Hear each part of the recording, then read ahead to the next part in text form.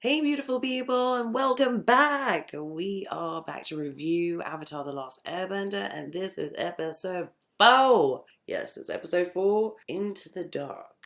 My fears have been realized. Oh, I hated this episode. Oh my god, I hated this episode. This episode is a chore. It's a chore because I hate King Boomy. Oh, don't get me wrong. In the original show, King Boomy was all over the place. He was nuts, but he had that fun character. He was also a badass, and and yeah, he always kind of like kept you on your toes, kind of thing. I just don't like it. It's everything. It's the characterization of Boomy. It's the look of Boomy. It's the prosthetics. What is with Netflix and just the most shoddy prosthetics you've ever seen? I mean, if anyone's seen Griselda, y'all know. Y'all know. I mean, these shows literally take multi-millions to make, right? I'm sure Avatar, like I said, is probably around 10 million, if not more, an episode, right? Please explain to me who you've got to do these prosthetics. Because honestly, I could do better. 100%. I mean, I've done cool prosthetics, like for Halloween and stuff like that. But honestly, the Boomy prosthetics, the Griselda prosthetics are just it literally feels like it's from the 70s or something. It's so glaringly obvious. There's nothing natural about Boomy. His facial expressions are annoying. I mean, even just going back to review it, this hurt. This was painful. This for me it was a lot. It was a lot. I did not enjoy it. So let's go over it and see why that was, other than the reasons I've already explained. So the episode starts with Aang like screaming in his prison cell that he had nothing to do with it, that he didn't start the fires, which would be glaringly obvious to anyone else, but clearly they know that he is the Avatar. Because even when you look at the way they've like secured him in comparison to Iroh, like Iroh is literally walking around with, I guess, like their versions of handcuffs, like, and that's it. Aang is literally in almost like a star position or a cross position, whatever, with his legs bound and his arms bound, as if, again, like they knew he was the Avatar, which obviously they do. Aang is calling out, to which Iroh interrupts, saying that, Earthbenders ain't particularly tolerant of anyone, let alone outsiders or whatever. So basically, save your fucking breath. To which Aang was kind of shocked to see him there and questions where Zuko is and insinuates that Zuko is a coward and he shouldn't have, and it's so typical of his behavior, and he's starting to understand the kind of person he is. To which Iroh says, basically hold your horses, that really isn't the case. It then cuts to Sokka questioning Sai and saying, were you really working for the Fire Nation? And after a teeny bit of grilling, he admits that that he did it to save Umashu, to save his family, to protect everyone, and that's why they haven't been bothered. And, he explains to his son that he wasn't giving them any weapons, which he did in the original show, but for some reason he doesn't in this. Which, again, I'm not sure is 100% the truth. But he says it in this iteration that he isn't. To which Sokka is like, in the wrong hands, anything can turn into a weapon. Which is true. And he emphasizes that that's literally what they do. Is the Fire Nation will take things, twist them, and use it to their advantage. Sai tries to confide in Sokka and reach his sensitive side by explaining that, he's a father, and just like his father went off to war to protect them, he's doing everything he can to protect, his kid and whatever. To which Sokka is pretty much like, oh, hell no. Don't even try and compare you to my papa. He's like, my dad would have never done that. And then Katara runs in and says that they found him as an Aang, and that he has been imprisoned. The next sequence is literally what I mean these camera angles don't make sense. So we see a bunch of Earthbender soldiers walking in the dark, wherever they're walking, and one of them gets ambushed by Zuko. Now, Zuko is in a bush while the last soldier is walking past. He grabs him, fireballs him for some weird reason. He fireballs him. Again, I'm not too sure why. And then instead of him like stepping out of the bush, the camera focuses on the helmet of the guy that he attacked that's on the floor, and then out of the smoke behind that helmet, Zuko comes forward. Like, I'm gonna put it up so you guys can see what I'm talking about, but what?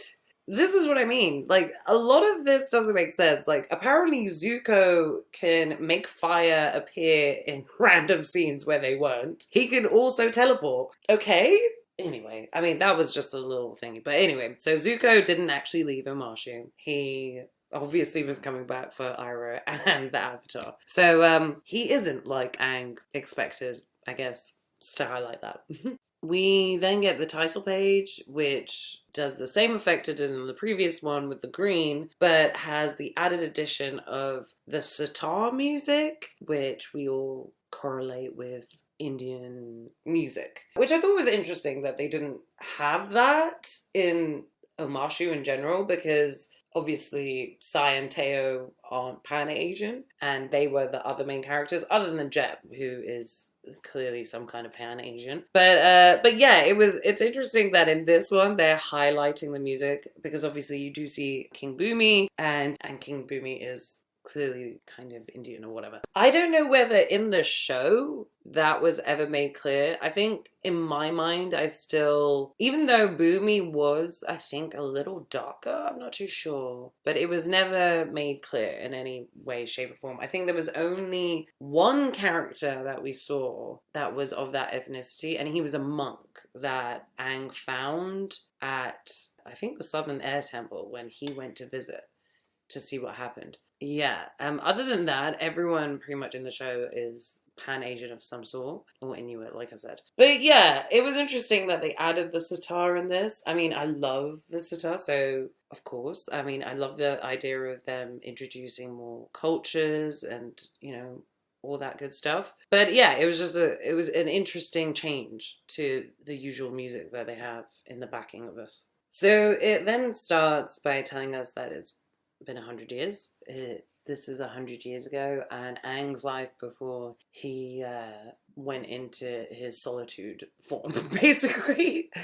So yeah, this episode begins and it says that it's been 100 years, and we see Aang talking to his friend Boomy, and him asking him how his bending is going, and he's like, it's alright. And he makes this little thing, which Aang thinks is a sky bison, but he says is a badger mole. This again is another little snippet that becomes relevant later on in the episode, and we do see Monk Gyatso, which we love, and more of him the better. And yeah, we get to see a bit of their relationship when they were kids. The sequence ends, and then we realize it's just a flashback for Aang. And then we have a little conversation between him and Iroh explaining that because they're earthbenders, their cities are created in a certain kind of way, and it's very hard to penetrate or escape from because they are earthbenders and can manipulate the structure of the city and the buildings around them. He goes on about the prisons and that kind of thing, and Aang is like, I'm sick and tired of all this dark shit. And he's like, cities just like humans have a dark side. And there's a lot of emphasis on dark in this. The episode is called Into the Dark. We do see why. It's basically about letting go and then just following your heart kind of thing. And that's why it's Into the Dark. But yeah, I don't know. I feel like that flashback was probably not necessary, other than to just talk about the little model he made. I do feel like you could have probably done that flashback a little later, or made it a little more important or longer. If we saw maybe how Boomy was as a kid more, like other than the 3 sentences I guess he said, like if we saw his character a bit more, like them playing games, them doing all kinds of things that they keep referencing in this episode, it would have done more justice to his character Because if you don't know the show, if you're just watching it straight off the bat, this episode in particular, I would think would put a lot of people off the show, or just like make them kind of be like, what the fuck is this show? Because Boomy is such a weird character, but he's fully fleshed out in the old show. In this, it doesn't feel like it. He just feels like an insane old man, and that's about it. So Aang and Iroh talk about Zuko and, why he's after him. And Aang literally takes from that, oh, he's just literally after him to become king kind of thing. And Iroh says, no, he's after you because he's trying to get his life back. Again, obviously, Aang is oblivious to Iroh and Zuko's story. But yeah, he then explains to Aang that it's not him. It's not Zuko that owes him, in a sense. It's him that owes Zuko more than you'll ever understand. This is also another reason why this episode upset me. In the original show, there is an episode where it's almost like an anthology series in an episode. And it looks at each of the characters. Now, Iroh's one, sees him going through the market, getting all these things, and you think, oh, I wonder what he's doing. He's getting picnics ready or whatever. And then you realize that it's, I think, the anniversary of his son's death. His son was killed in battle, and that's basically what changed Iroh, because he's the oldest out of him and Ozai. So technically, he should be Fire Lord, but after he lost his son, he didn't see the need in the fight anymore and relieved his duties as a superior general and all this stuff. And that episode is one of the most heartbreaking episodes. I know it sounds crazy. I'm kind of tearing up thinking about it. It's heartbreaking for a few reasons. The original voice actor who played Iroh, it was either his last performance or it was the performance after he died. So it was almost like a tribute to him. In general, the actual episode is so like heartbreaking. Like at this point you've grown to love Iroh and you've seen him as like the comic relief factor and he's just the sweet, funny uncle. This was the first time we really kind of got to feel his pain. And to be fair, they do it pretty well in this episode. We do really see the love between Zuko and Iroh and that father-son dynamic between them. We do see it. And it was, to be fair, like I said, the Iroh and Zuko portions are so far my favorite parts of these episodes. It just annoys me that something as heart-wrenching and melancholy and is in this episode. Like I said, this episode is such a chore to kind of go through, and yeah, I just felt like, I don't know, I feel like if they did it in a different episode it would have been better, but I don't know, I just feel like it was a bit too early to do that episode. I'm pretty sure that episode is originally in the second season. Yeah, I'm pretty sure it's in the second season. But anyway, it felt out of place, I feel like. It was done well, like I said.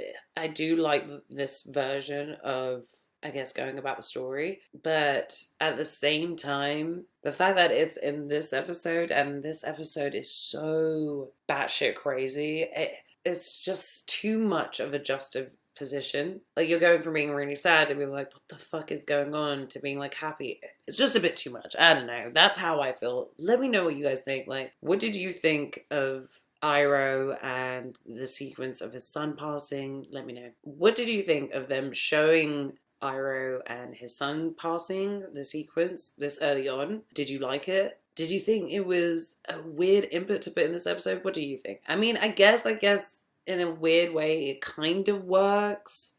I don't know. Now we go back to Katara and the gang talking to Sai about how to get Aang. He basically says it's impossible, it's an impenetrable prison, blah, blah, blah. To which his son outs him and says, what about the secret tunnels? He's like, they don't exist. And he's like, you told me they do. This is pretty much the last time we see them in this episode. I do think it was a bit strange that they kind of went back to them. I don't know. Especially when they know that he's been doing all sorts. But yeah, so he basically says that he will help them get to the secret tunnels. So the next scene has Iroh being taken to the pit, which is basically a prison/slave camp for prisoners. And Aang gets summoned to the king. And we cut back to Sai and Sokka and Teo. For some reason, Katara is nowhere to be seen. But anyway. And Sai gets a weird note that's been pinned with a dagger, and he knows that there's Fire Nation contact and all that jazz. To which Sokka's like, well, why don't you set them up now that we're trying to be good guys? Like, let's set them up. He's like, no, because the Fire Nation said they'll send everything. To which Teo is like, well, bruh, let them send everything. Like, literally, come, let's go. Which is true. It's like, bro, I'm not trying to be funny, but I think at least Earthbenders have a chance. Like, do you know what I mean? Like, they can literally move the earth around the firebender. They can literally cocoon my guy, or, do you know? So, yeah, I'm with Teo on this. Like, go full force. Let's just go. I'm sick and tired of this crap. Like, the kid has got more balls than everyone else in this fucking show. But yeah, they're like, yeah, let's do this. And then it comes to King Boomy rolling in to meet Aang. And I say rolling, I mean rolling. Child. From far away, the prosthetics look rough. So, I don't know what kind of plasticine nonsense it looked like up close to this kid, Aang. Yeah. This is, 8 minutes in? And this is pretty much where it just nosedives horribly. So the guard's like, oh, here's the prisoner you asked for. He was caught fighting, yada, yada, yada. And he's an airbender. I'm like, okay, you do realize those are like peaceful monk nomad. Like, the way they treat Aang, like I said, you would have thought that they would know that he was the Avatar. But for some reason, everyone, I know it's called The Last Airbender, right? But nearly everyone that would come across Aang would be aware that he was the Avatar. They were like, oh, he must be the Avatar. Because you put 2 and 2 together. The last Avatar was an Airbender. There's only one Airbender left. There's been no Avatar for 100 years. I don't know. It just seems weird that everyone's like, he's an Airbender. And we're like, what? There are no Airbenders. So where the fuck did he come from? Oh, he must be the Avatar.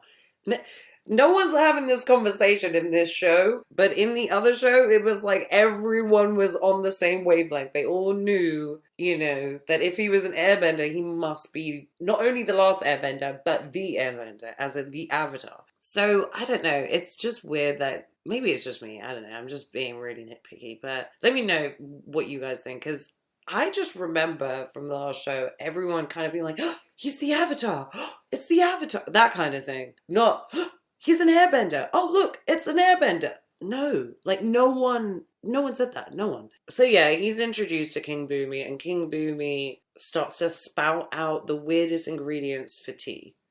Yeah. So Boomy outs out that he is not just an airbender. He is the Avatar.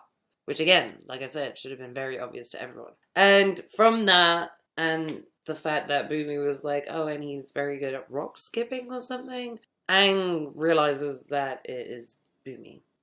The other thing about Boomy is, like I said, he was overtly frail when he was pretending to just be the king. When he has his one-on-one with Aang, and it's a proper one-on-one, he stands up straight. He's this big, bulbous, like, muscular mold of a man, and you're like, holy crap. That transformation also does happen to Iroh in the 3rd season, like later on, when he gets in prison, and he literally just decides to 50 Cent and just work out constantly.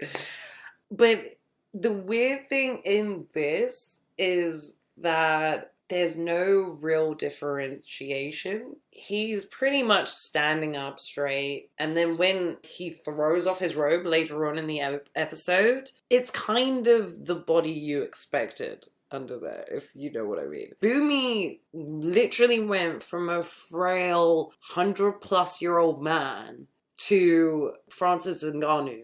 Like, he went from being this frail dude to being Rocky Balboa. Like, there was a huge transformation. It wasn't just his attitude, it was everything. So in this, it's weird because regardless, his attitude stays the same. And then his body stays the same. It's just he took his clothes off. So there wasn't really like, oh shit. Like, I genuinely thought we were going to see big muscles, six-pack. Like, what's his name? Kumail Nanjiani in The Eternals. That's what I thought I was going to see. In fact, they should have gotten him to play Boomy. Because also, he's a comedian, so he has that quirkiness and all that stuff. In fact, yeah, Netflix, next time, get Kumail to play Boomy, because he literally would...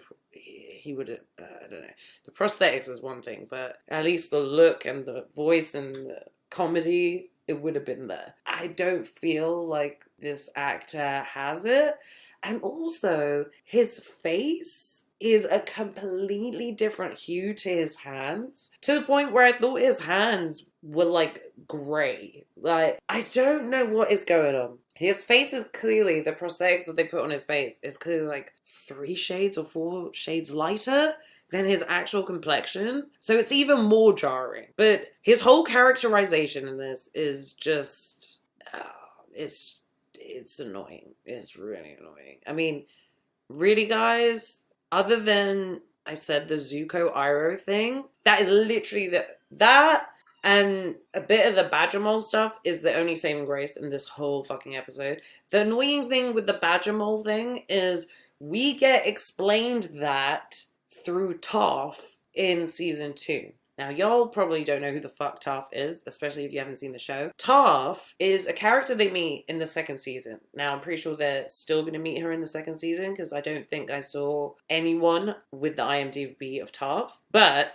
weirdly, the choreographers of this show did release, like, a year ago or 2 years ago, like a live action version of Toph and her fighting. And everyone's like, oh my god, oh my god. Anyway, when she explains, because she's blind, so she explains that she got lost and went down a tunnel and she didn't know how to bend, but she learned how to bend from the Badger Moles because they are also blind. So it was this whole really great origin story for Toph. But weirdly, for some weird reason, they put it in this episode as well. And you're just like, oh, so I guess they're not gonna really show Toph's story. And if they are, it's just basically rehashing what we saw in this. So that was a little annoying. I was happy to see them, but it was annoying. So Boomy and Aang both question each other's ages. I mean, literally Boomy being over 100, I guess 110 years old, or 12. And Aang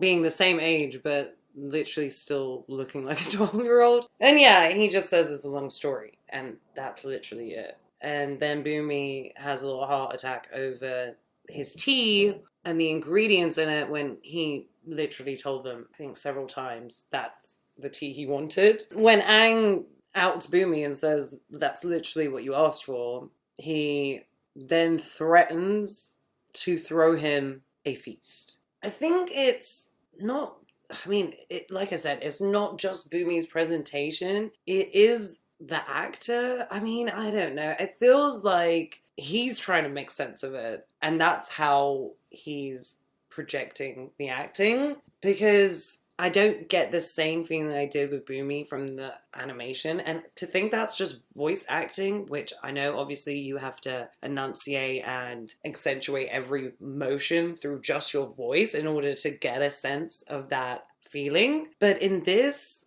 I don't know. I feel like a lot of the people need to let loose. Not all of them, but Boomy, Azula, Katara, all kind of feel like they're reading teleprompters in a way.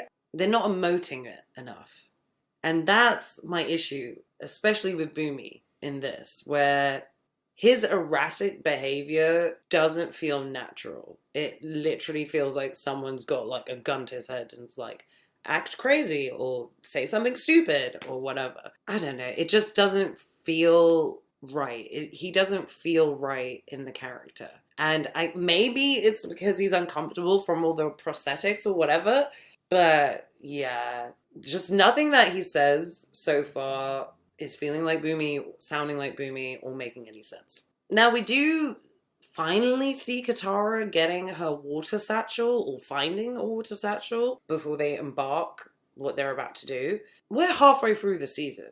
Again, I really, really, for the life of me, cannot remember where Katara got her water satchel. I just feel like it was always on her. Unless I'm confused and she got it from after they were in the Northern Water Tribe. But it seems weird to be a waterbender without having a water satchel. And it seems weird that you guys have been traveling all this time without having one in general. Like whether it's her, Katara, Aang, whatever. It seems weird. But I guess it was a way to introduce it. I do feel like she should have just had it from the jump. Like Gran. Great, thanks Gran for giving me the water scroll thing. You forgot to give me a water satchel though, so unless I'm near a water source, this is useless. I don't know, I'm getting angry. I really don't mean to be. But yeah, I'm glad they showed it, but it just seems weird that it's halfway through. Because that's the first thing I would have done when I got to Amashu, is go to a market and buy a water satchel. So Katara turns around and bumps into Jet, to which he says, "You betrayed us." And she's like, "I betrayed you. I just stopped you from killing innocent people." No, literally, that's verbatim how she says it in the show. Oh my god, like, don't get it twisted.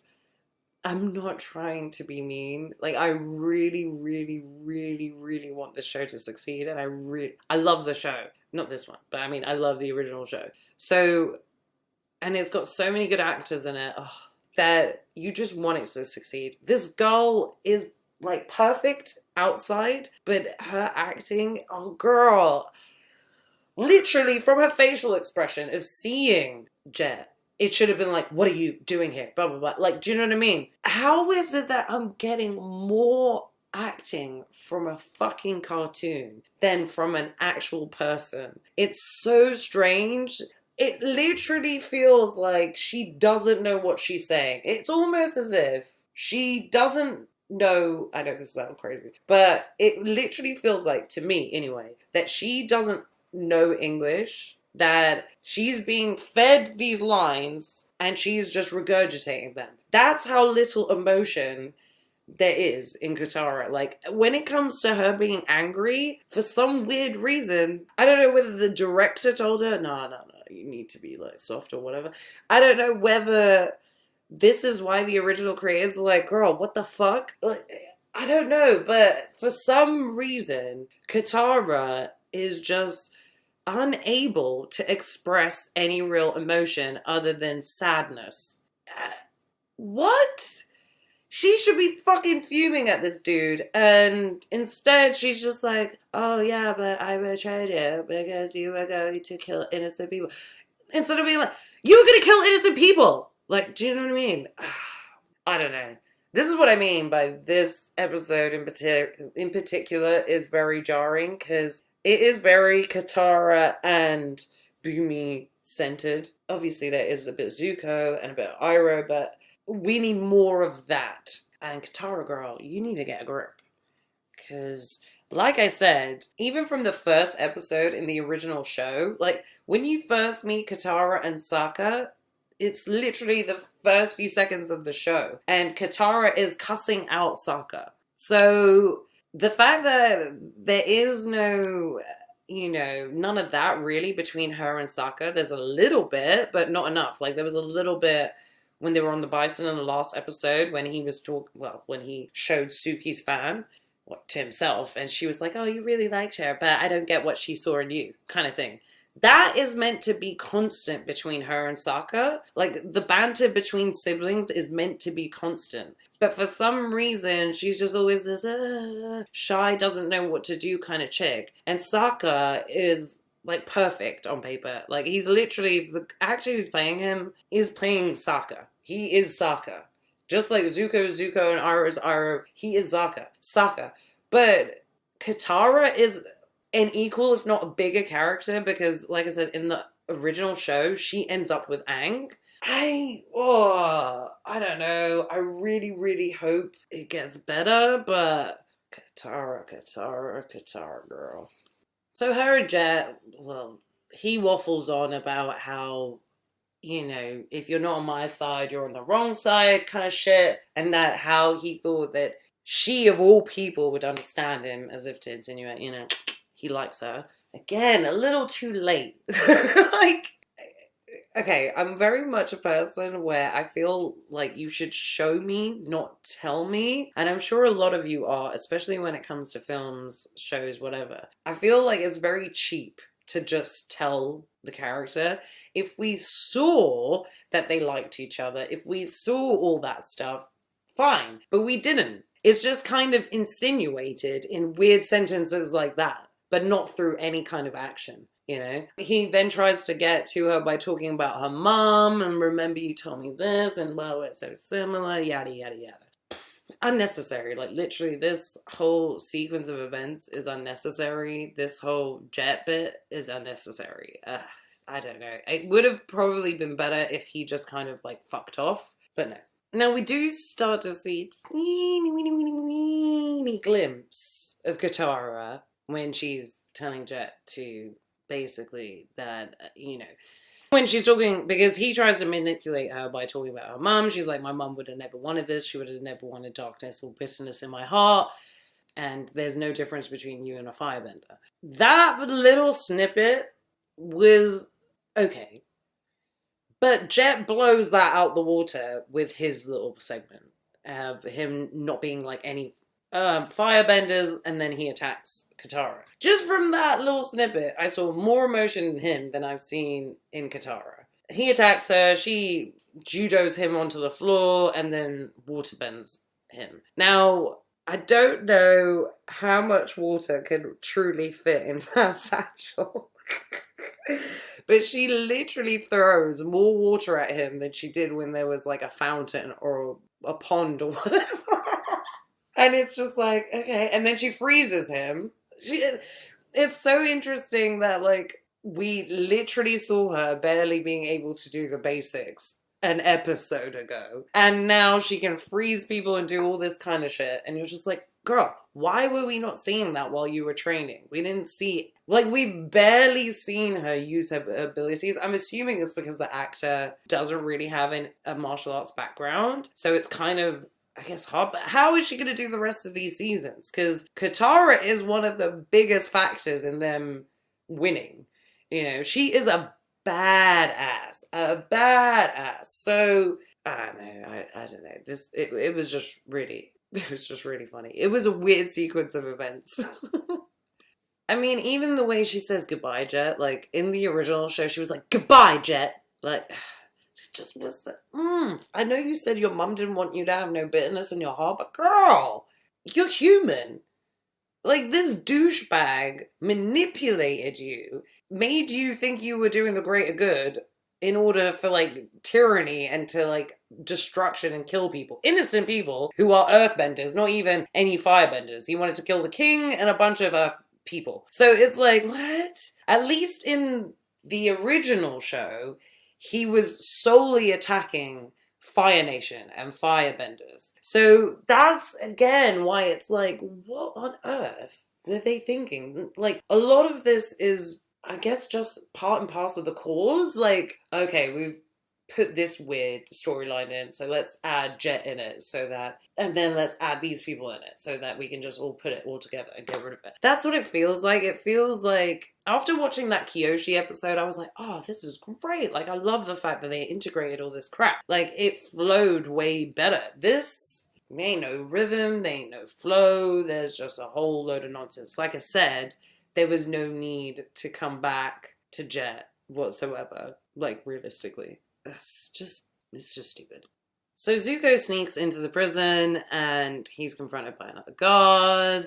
That explains that they've separated Iroh and Aang. And that one is still here in the palace and the other one's in the pit, and he has to figure out which one to go for. I mean, if you didn't know by now what he's going to do, I obviously knew he wasn't going to go for Aang, but you know, you would be led to believe that he would be heartless in a sense. But if you didn't get the relationship between him and Iroh up until this point, then I don't know what to tell you. I mean, for me, it was very, very obvious what he was going to do. So we finally get to the feast, to which Bumi sets up two options for Aang. One of them being short ribs. I mean, if him being an air nomad or airbender / monk wasn't a giveaway that he doesn't eat meat, I don't know what to tell you. But yeah, short ribs and some seaweed stew or something. To which he's like, I'm going to pick the seaweed stew. I don't eat meat. And Bumi's like, oh yeah, you don't. In a weird maniacal way. I feel I really, really can't remember verbatim what happens in the Bumi or like his dialogue, but I do remember him being erratic, but it wasn't without knowing. Like, I don't know, it feels like in this, it's even more of a setup because Bumi's his friend. Bumi also knows that he is an airbender and that they are vegetarian / vegan, if not fully vegan or whatever. For him to be like, oh, I'm, doing this test for you, knowing that he's going to fail because he's going to pick the one thing that doesn't have meat. I don't know. This whole sequence is weird. And the jokes he tries to tell at the table. Like, if we saw more of an interaction between him and the guests rather than it's just like the back shots of their heads. Yeah, again, I just really don't like the sequence. It's just a weird one. Another thing in this is that Bumi makes out as if it was Aang's choice to not be around. I don't know. I feel like in the original, yeah, he used to fuck with him or whatever, but he never really blamed him for not being around. I mean, maybe he did. But in this, it seems like in the last one, it did seem like, yeah, he was going through tests. In this, it seems like he's being punished.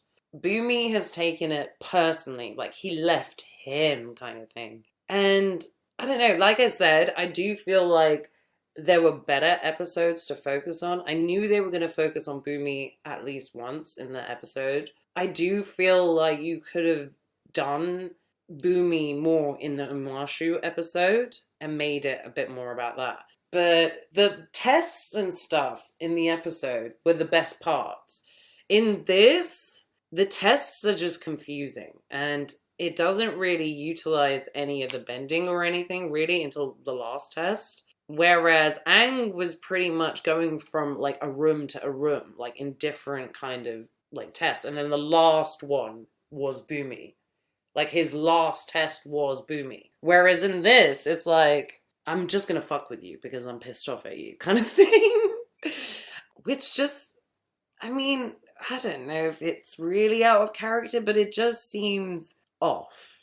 That's just the best way to put it. Even just watching it for just the episode, it's chopped up way too much. There's not enough going on in each sequence either. It just feels like they've edited it to be like, oh, remember this guy?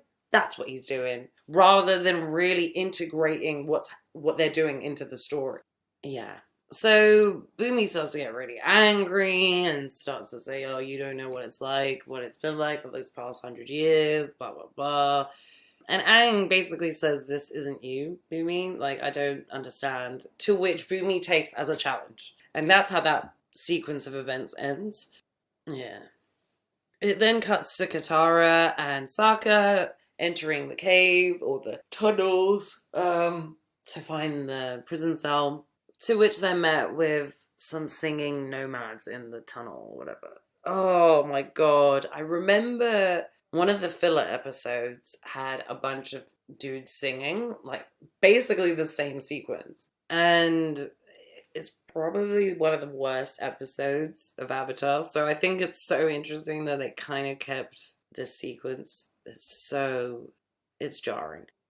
I guess there's a need for it. There really isn't. They tell the story of Uma and Shu and their love and how they used to meet through these tunnels in order to be together as, they're from different villages that have been at war. Very much Romeo and Juliet, even though I realized halfway through that they said she for both, which I don't remember in the show, but comment and let me know if I'm wrong. And yeah, and they tell them that whole story and basically tell them to be on their way, even though they're like, yeah, fuck no, would we ever go in the tunnels? They're like, oh yeah, so the tunnels are cool, yeah? No, no, no. Like I don't know why you'd be singing and dancing like 10 feet away from where you're terrified of going, but they basically tell them that nah, no one goes in there and comes back out alive. So yeah, good luck and power to you. And yeah, the reason it's called Into the Dark is because it's their love that lit the way and guided them through, kind of thing. Not the actual, I don't know, glowing stones that are lit all around the tunnels.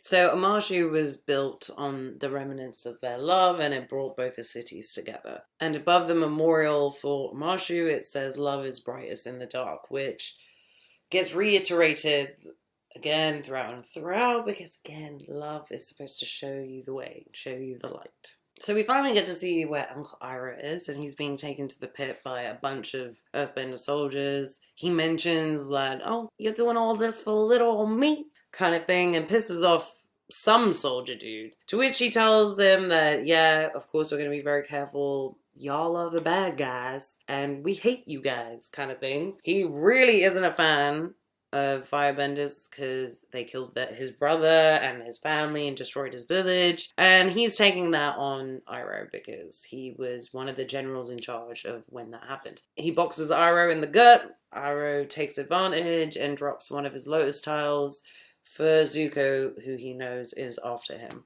Now, you probably won't know this, but the lotus tiles are very important, or his tiles in general, are very important to Uncle Iroh. He plays Pai Sho, and he has his own particular tiles and that kind of thing. Now, we did see him pick up this lotus tile, I think, either in this episode or the last episode when they were in the market, but it is interesting that they haven't really expanded on that, because that is part of his character, is that he loves tea and he loves Pai Sho.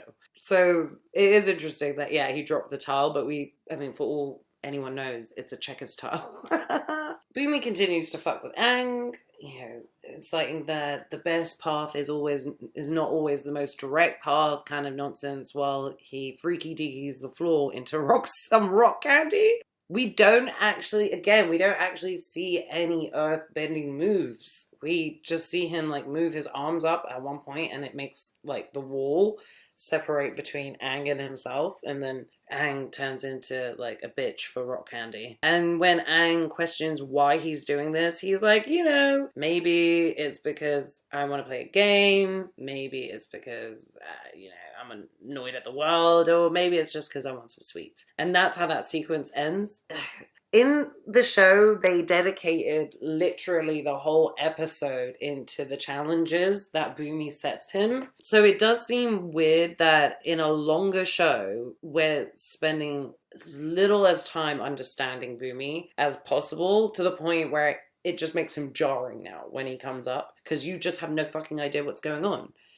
I don't know why they thought that this would be a better way to tackle the Bumi episode, but it really isn't.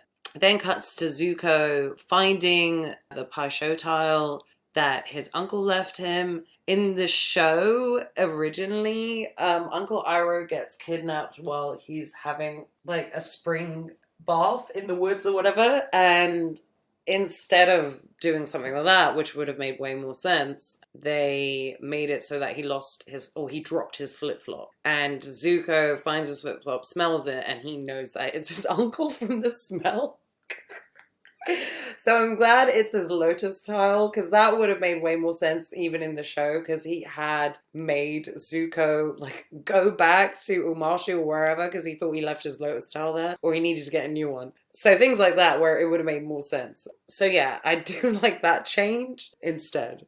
So we get back to Sokka and Katara going through the tunnels, and Sokka realizes that there's glowing crystals and they don't need their lamps anymore. And he puts that down to that being the answer, that love will lead the way, or love will lead you through the dark, or whatever. To which Katara's like, well, that doesn't make sense because they're fucking everywhere. And he's like, yeah, it does. Like, how would you know? They end up having a little bicker back and forth. Her, still acting like a kid, him still treating her like a kid, him not understanding that he was working with a traitor, her falling in love with a terrorist kind of thing. Which again, I'm like, wait, please show us them falling for each other. Because other than that sweet bit while he was trying to help her bend, there wasn't really much. And they didn't have enough screen time for us to know that anyway. But yeah, this ends up being like a weird back and forth. And this is probably the most reactive we've seen Katara in a negative, like being annoyed or angry kind of way. And, I guess it pushes the story along. He plays Big Brother and says that Dad put him in charge, and then it echoes out her saying, "You're not Dad, Dad." Which is funny that that's the only part of their argument that has been echoed. And that hurts him. Obviously, siblings know how to cut you deep, honey. But yeah, that hurts him, and then we see that little back and forth between them where we just realize that they're both missing home, they're both missing their old life and family and food and all the good stuff. And it cuts back to Iroh and this soldier telling him about his Ba Sing Se, his brother getting murdered, and all that. And he asks him, considering Ba Sing Se is still standing, was it worth it? And to which Iroh kind of links back to what he was saying earlier, that he was at war and he's a soldier. Especially when you're at war and you're a soldier, it's very easy to lose your way and just follow orders and not see the true destruction behind your actions. He elaborates that war makes you do crazy things that you wouldn't normally do, to which the soldier is like, oh, is that your excuse? And he's like, no, basically, he's saying that that's him and pointing the finger at him. Soldier isn't too happy with that and threatens to squash him with a giant boulder. And luckily, his soldiers kind of stop and calm him down, and he puts it down. The soldier then says to Iroh, you have no humanity. You have no idea what it's like to lose. Which leads up to the Iroh bit that I was talking about earlier. Now, the actor who plays the soldier is great in this bit. Even this bit, like I said, every Iroh Zuko bit is great. I think the actors that play them are fantastic. Every scene that they're in is worth it for me, just for the show. And Daniel Dakin too. But I don't know. Again, this bit is so sad, and it's so weird to have it in this episode where the juxtaposition between the madness of Boomy and the sadness of this is just, it's weird. It's really weird. So we're then introduced to the flashback of Iroh being at his son's funeral after he was killed in battle. We overhear two people talking about how he abandoned the siege. I'm assuming at Ba Sing Se or whatever. He abandoned the siege after finding out the news of his son's death, to which they say so his son dies a hero and he'll forever be known as a coward. This is really sad because in the original show we find out that Ozai uses this funeral and him losing his son to try and sway his father into making him Fire Lord. That doesn't work, and then he ends up killing his father. But in this, it's even sadder because he's just as much in exile as Zuko is, because his kingdom, the Fire Nation in general, see him as a coward. I don't know if that was really obvious in the cartoon, but it wasn't made that way. It was very much that people still, even in the Fire Nation, respected Iroh to the point where he had, I think, his dragon breath name, and he had a few names that struck fear into people. He was this destructive general and whatever. So yeah, it is way sadder in this, and we see the correlation between him and Zuko. Both of them are seen as usurpers to the crown, kind of in a weird way. Both of them are seen as like cowards, traitors, the same kind of thing in the eyes of the Fire Nation. So it makes their journey even sadder. And this scene is very sad. Iroh is very somber, doesn't say anything, but Zuko is the only person to show him some warmth and describe how incredible his son was to him. And it's just a sweet moment. This is probably, like I said, the best part of the episode, where you really see that Zuko isn't just this kid on a mission. He's this kid that's full of love in a weird way. He understood that telling his uncle something sweet about his son, about how he helped him become the man he is, would mean something to him. He also gives Iroh the medal that his son gave to Zuko in order to make him feel strong and worthy and what have you. And he gives it back to him and he sits by him, and it's just the sweetest scene. And you truly see the love there and the love that they'll always have for each other regardless. So it's such a sweet scene, and honestly, the episode is worth watching, in particular, just for this bit. So we get back to Sokka and Katara, and Katara admits that Jet wasn't all bad and he helped her kind of get through her issues, to which Sokka admits that Sai made him realize that he is more than just a fighter / warrior, that he is an engineer, and that's probably his true calling. Katara also apologizes for saying that he's not like dad, but kind of puts him up and says that actually you did more than what anyone could do at your age. You looked after and protected the village when everyone left, basically. And this is the same in the original show, which I thought was really weird, that pretty much everyone that wasn't a young child or just under the age of 18 had to leave and, you know, help the war, help defend the world or what have you. So yeah, Sokka pretty much had to do it all on his own. So this is a sweet back and forth, and this part of Katara is fine. She's great at doing this part, but we need to see the oomph Katara. We need to see badass Katara, and then we'd be good. We'd be good. We'll be fine. They finally realize that they're lost, not because they have no idea where the fuck they're going, but because literally the tunnels are moving. Now, if you have subtitles on, this was glaringly obvious, because every time there was a scene with Katara and Sokka, it would literally be like rumbling in the background. And also, if you have watched the show, you probably knew a Bajabal was gonna come out. The fact that it was mentioned at the beginning when Boomy was a kid, and yeah, it's a bit interesting. Oh, and the fact that in the story of Omashu, they get taught how to earthbend from Bajamals. So yeah, this show loves to leave little breadcrumbs and kind of praise that the audience will get it. I mean, I knew from the moment they walked into the tunnel and they were in the Earth Kingdom that there was probably going to be like a Bajamal knocking about. To be fair, I thought we might have even seen it in the episode before when Aang and Teo was in that mountain and they were going through those weird tunnels. But yeah, better late than never, I guess. It cuts to Boomy and Aang saying the speech that he basically said in the original show, where it's like, none of these games make sense, Boomy. This isn't who you are. This isn't how I remember you, kind of nonsense. And he's like, well, nothing has made sense in 100 years, which is true.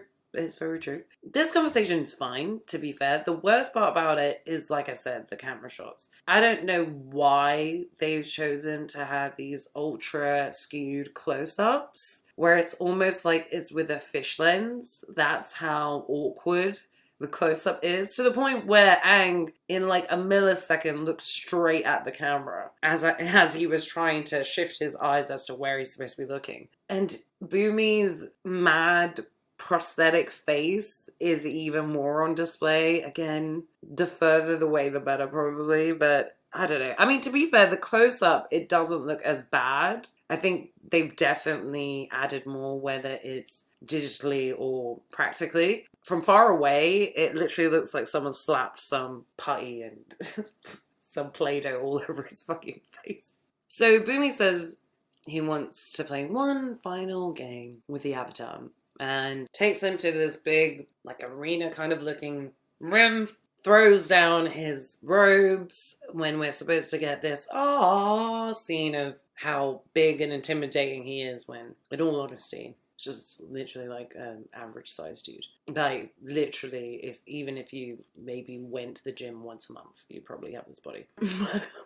And he says that they're going to fight to the death. Like I said, the lead up of this whole episode is to this exact scene. Because even in the original, it did the same thing. It played around. We never really saw Boomy, full force Boomy, until the final challenge, just like in this one. Weirdly, without his massive ass turban, his weird white hair wig looks like a white hair wig.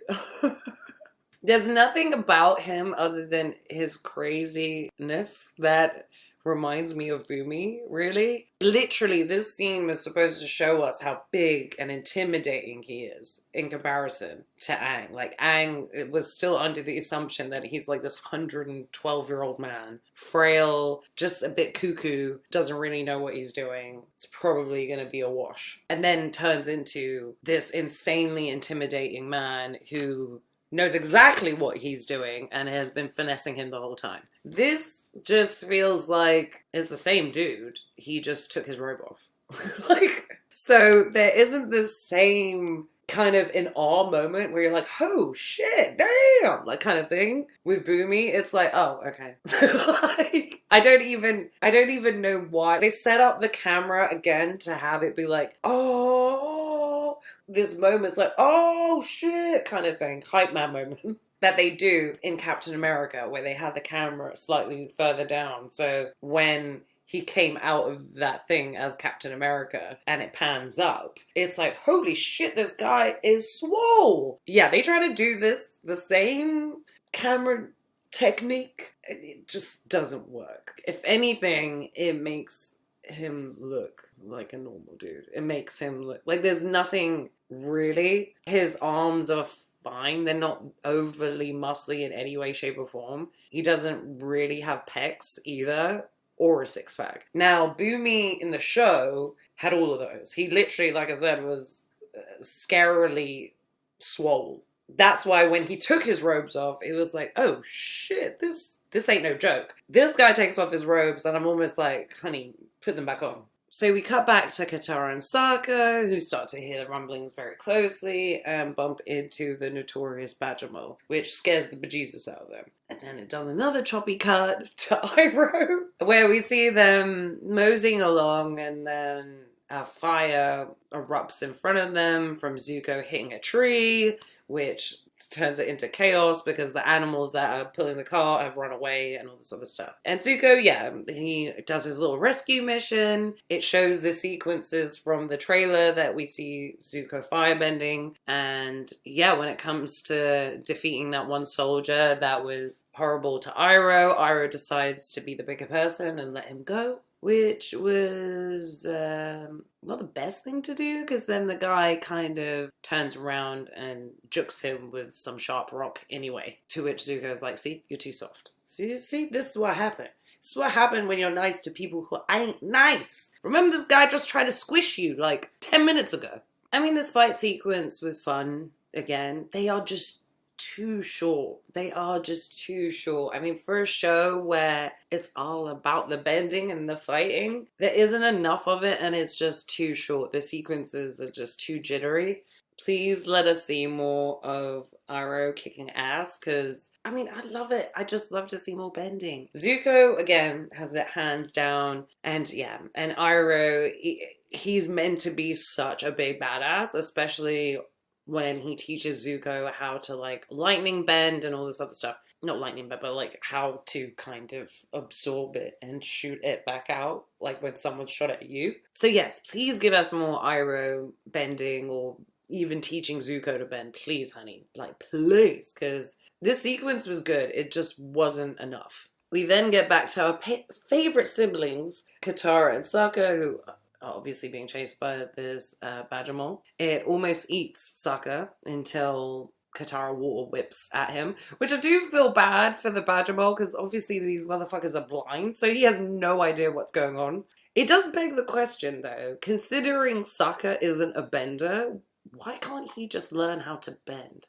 If you can learn how to bend from the badger moles, like learn how to earthbend from the badger moles. It's interesting that they never actually, in the show, other than showing Taft's story and how she learned how to bend or whatever, that they never actually got a non-bender to somehow learn how to bend in the core group. It was just Taft's backstory. I mean, I like the fact that Sokka isn't a bender. It makes him slightly different. It means that he has to utilize more of like tactic and his brain, but it was interesting. And then yeah, they run into an obvious dead end, to which they just kind of embracing what's going to happen, and then they realize that the badger mole is reacting to their emotion, and he just stops. And that's when Katara realizes, oh, well, that's why it's love that leads you through the darkness. Because the badger moles react to emotion. So when they were scared and whatever, it was doing the same. And therefore, when they're like embracing each other as, you know, loving siblings would, it reacts to that too. And then Sokka asks it, can you help us find the prison or the way out? And the badger mole complies and helps them, which is sweet. And I do like seeing it. I mean, the CGI is better than I thought it would be. It was better than the live action movie, but it is a bit muddy in these sequences because it's so dark. We love to see all the creatures, so more of them, please. Now we go back to Aang and Bumi fighting, and this is finally an actual fight sequence where we can see the particle effects on the little rocks and everything is great. They even do a move where Bumi flips horizontally and kicks a rock, which he does in the animation. So that was a nice little call to the animation. Because I did think up until now, he wasn't really doing any of the fight moves that Bumi would do. Because again, we saw way more of it in the show. This is their fight to the death. And it pretty much ends with Bumi Bumi then has a little moment where he tells him that you can't rely on anyone, you were gone, you left us, you're the Avatar. Gets all up in his feels, even gets Aang up in his feels, and then continues the destruction. They do another move from the show where he slices the rock at Aang. Aang deflects one of them and it hits the ceiling, to which Bumi is in awe and elated by and decides to use that to his advantage. Bumi utilizes the cracks in the ceiling that was slightly caused by Aang and makes it a huge boulder and drops it on Aang. Aang obviously uses his airbending powers and tries to hold it up. In doing so, Bumi created another crack in the ceiling, which caused a boulder to fall on him. Now, before it completely crushes him, because at the same time, Bumi's like, oh well, kind of thing. Aang uses his airbending to hold his one up. He does tell Bumi, like, Bumi, please help me. I can't hold them both up. And Bumi's like, make a choice kind of thing. Like in the animation, this is the test to kind of show to him what it's like to be the Avatar. Even though in this version it is very much Bumi's butthurt more than anything about Aang, and it's more personal, it feels, than it did in the show. In the show, it felt like he was really trying to teach Aang a lesson. In this, it's, I'm annoyed, but I guess it will teach you a lesson kind of thing. I don't know. But yeah, he basically tells him to let it fall, that you have to make these hard decisions between who to save and who not to save. You can't save everybody. This is the true test of being an Avatar.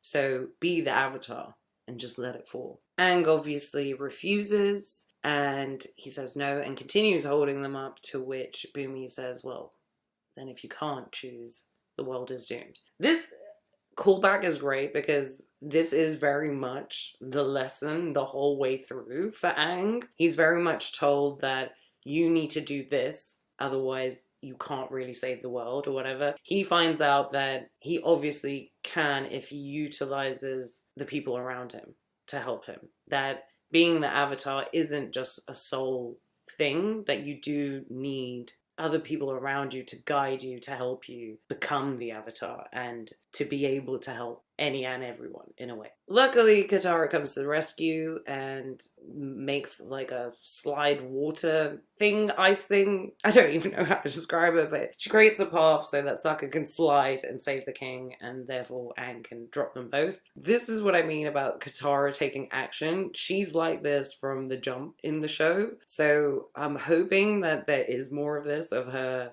not just standing there kind of figuring out what to do. And maybe that was them trying to say, yeah, she only really was like that because of the water bowl. But there's instances in the show where she doesn't have it and she still utilizes what's around her without kind of having to be told or being pushed in a corner in order to do it.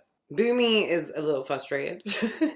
He tells them that they cheated, that isn't fair, that, you know, you can't do that. To which Aang is like, no, I need my friends. That's how I am going to become the Avatar. And that he's going to call on an old friend, being Boomy. Then, yeah, it leads to them obviously being friends. It shows the little flashback of him giving that little model. Aang has utilized it and made it his bison whistle. It's a sweet little conclusion to their story.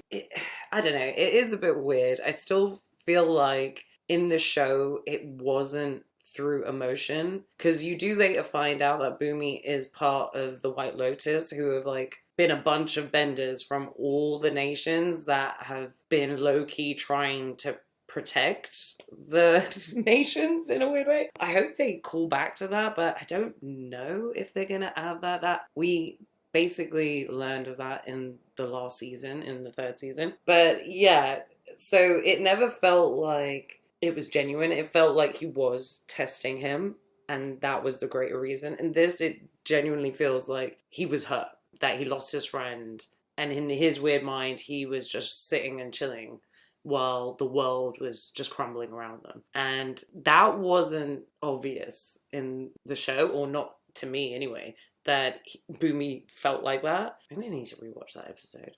I don't know. Anyway, let me know what you guys think.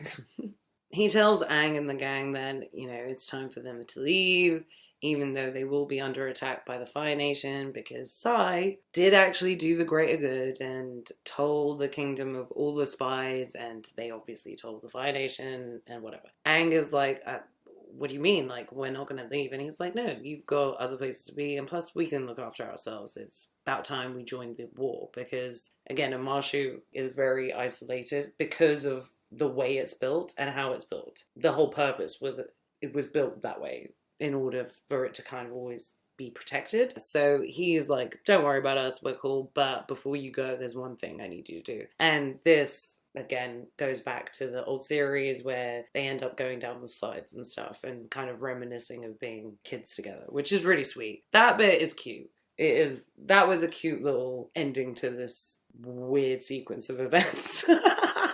And then, yeah, it does a wide shot of the city, and we see a little explosion, and we hear the "my cabbages" again, which is the final call to the cabbage guy. In the series, he does end up in multiple cities, like little villages, so I wonder if they did so much of the cabbages guy just so that they didn't have to do it for the rest of the show. But it would be interesting to see if he does show up in another city somewhere. The episode rounds off with Iroh and Zuko escaping in a little boat.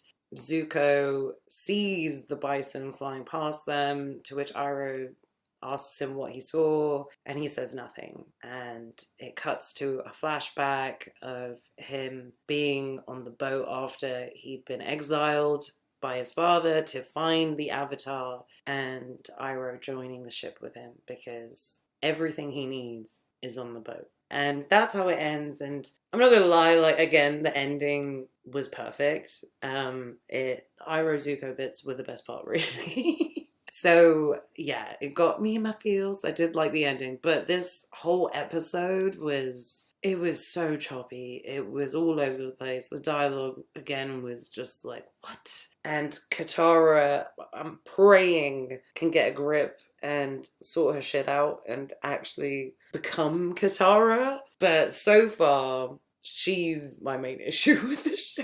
Aang is okay. I mean, Aang is better than I thought he'd be. It's I don't know. Like, there are some parts where I'm like, really though? But then everyone else is great. So it's a hard one. Like, so far, I'm still going to watch the show. I'm kind of understanding what everyone's guff was. Like I said, I haven't watched any of those videos, but just from looking at the thumbnails, everyone's like, what the fuck? I really hope the last few episodes are better. I just hope they're better. Because these two in particular, 3 and 4, yeah, they were annoying to watch through the first time. Well, to be fair, I wasn't really paying attention. I was doing other things. But even worse, trying to watch them properly and recap them. But I'm just hoping, like, I still have high hopes. Like I said, the fight sequences, when they're done, they're great. And I wish they wouldn't edit it the way they did. Some of the camera angles just need to go. I really hope it's not the same. I don't feel like the first episode or even the second episode were all from the same, like, I don't feel like it's all the same direction. Correct me if I'm wrong. But if they are, I don't know what they're doing. Like, right now. Someone's just told them, just let loose. And they were like, yeah, let's do it. But anyway, we will be back to review the last few episodes. Please stick with us. Please subscribe for more. Let me know what you guys think down in the comments. And I'll see you soon. Bye.